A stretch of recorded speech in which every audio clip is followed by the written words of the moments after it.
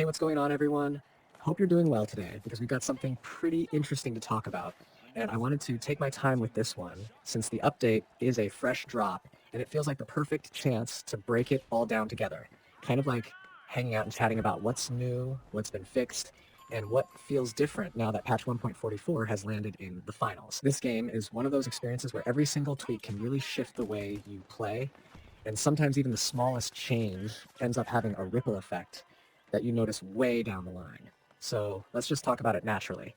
No rush, no rushing through points, just a nice detailed walk through everything they've touched, how it feels, and maybe even what it might mean for the way we approach matches moving forward.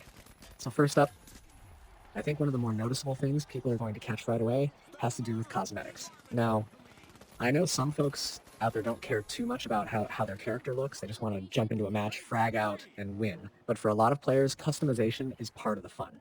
It's about making your character feel like your own, almost like your digital personality inside the arena. With this patch, they've gone back and made some improvements to how certain items work together, specifically facewear and headwear. Before, you'd sometimes throw on a gas mask or some other piece of face gear and then try to pair it with a helmet or hat, and suddenly things would clip or look weird. That's been adjusted so the game does a better job of handling those overlaps. To me, that's one of those small but appreciated updates because you don't always notice it when it's working, but you definitely notice it when it looks wrong. And now it just feels smoother and more intentional when you're picking your loadout's look. On top of that, wings have also been updated so they clip less with upper body gear. If you've ever tried to run those wing cosmetics, you probably know how janky it could look depending on the outfit, and it would just kind of break the vibe of the skin you were going for. With this fix, your character's silhouette stays cleaner, which might sound like a purely cosmetic thing, but I'd argue it even affects how readable characters are in the chaos of a match. When you're in a gunfight and three different players are rushing you, the less visual noise there is from awkward clipping, the better you can process what's happening. So even though this might seem like a fashion upgrade, it's also quietly a gameplay clarity thing too. Now another cool little addition comes to the practice range. This one might not blow anyone's mind, but I think it's actually worth pointing out. Then they've added the new Season 7 trophies into the range, which means if you're someone who likes to hang out in there, test weapons, mess around with builds, or just warm up before matches, you'll actually get that extra bit of freshness reflecting the current season. I know a lot of players jump straight into matches and don't really spend much time in the practice area, but it's underrated in my opinion. It's like your little sandbox where you can push your aim, experiment with gadgets, and figure out what works for you. And when the developers keep that space updated with seasonal elements, it reinforces that feeling that the game is alive and evolving. One of the bigger points though, and this is something everyone can appreciate, is the stability fix. Apparently, this patch has taken care of one of the most common crashes. Uh, I can't tell you how many times I've been in the middle of a match, things are getting heated, maybe we're about to clutch a vault defense, and then suddenly, boom. Desktop, nothing feels worse than letting your team down, not because of skill, but because the game decides it's time to crash.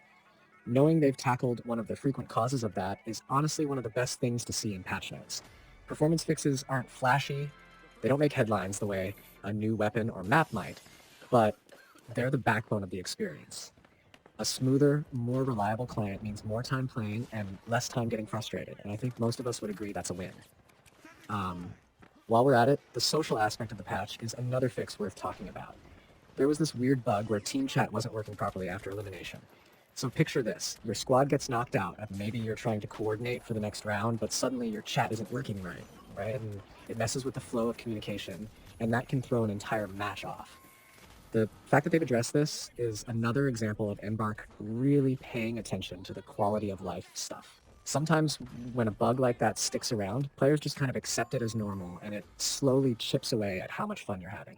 Fixing it restores that sense of trust that the systems you rely on to coordinate with your team are actually reliable again. Now, if we step back for a second, what's really interesting about patch 1.4 is that it's not one of those huge updates where the entire meta gets turned upside down overnight. This is more of a refinement patch, like the developers are sweeping through and making sure the foundation is solid, little cracks are filled in, and the experience feels polished. That's not to say there's nothing impactful here, but rather that it's the kind of update that smooths the day-to-day play. It's almost like cleaning up the arena before the next big show, making sure everything is in order so that when they do drop bigger content down the line, the game is ready to handle it. And while some people might glance at these notes and think, oh, that's small stuff, I actually think updates like this are some of the most important. Um, because when you're playing a live service game, what keeps you coming back isn't just new content. It's the trust that the developers are watching, listening, and improving. If cosmetics look bad and they never fix it, people stop caring about customization. If crashes keep happening and they don't get addressed, people stop trusting the game to run well. If communication breaks down because of bugs, team synergy collapses. All of these small fixes add up to an environment where you feel like the developers are paying attention and you can enjoy the game without unnecessary frustrations. And speaking of enjoyment, I think this patch opens up some fun possibilities in terms of style. Since facewear and headwear now play nicer together, I'm really curious to see the kinds of loadouts people come up with. Part of the charm of the finals has always been how chaotic and creative it feels, not just in gameplay, but in the way people express themselves. When you jump into a match, you might see a character that's armored up like some futuristic soldier, or you might see someone decked out in wild cosmetics that make them stand out instantly. The fact that those looks are going to appear cleaner and more intentional now means the game's personality gets to shine even more. Let's also take a moment to appreciate how small changes can sometimes mask bigger behind-the-scenes work. Like when they say they fixed clipping with wings, that might sound like a minor visual adjustment, but there's usually more going on under the hood. It could be that the way characters handle accessory placement has been tweaked, which might even set the stage for future cosmetics to be easier to implement without constant clipping issues. It's those foundational improvements that don't always look exciting on paper, but end up paying off months down the road when the next batch of items comes out and everything just works better than it used to. And if you think about it, every patch is kind of like a dialogue between the developers and the players. People notice issues. Maybe they flood the forums or social channels with complaints about masks clipping through helmets or wings looking broken, and then the devs respond with a fix. That loop is what makes a live game feel alive. Without it, the game just stagnates. With it, even small patches like 1.44 feel like part of an ongoing conversation where we can see the devs acknowledging what's been annoying people and actually doing something about it. What I'd really like to see is how these changes impact the way players feel about jumping in day after day. Because when you eliminate a crash, you're actually keeping more players in the game longer. When you make cosmetics cleaner, you encourage more people to engage with that system, maybe even pushing them to experiment more or invest in new looks. When you fix communication bugs, you keep squads connected, which directly impacts win rates and enjoyment. It's all interconnected. And if you're someone who plays the finals regularly, I'd bet these changes will feel noticeable, even if you don't consciously think about them.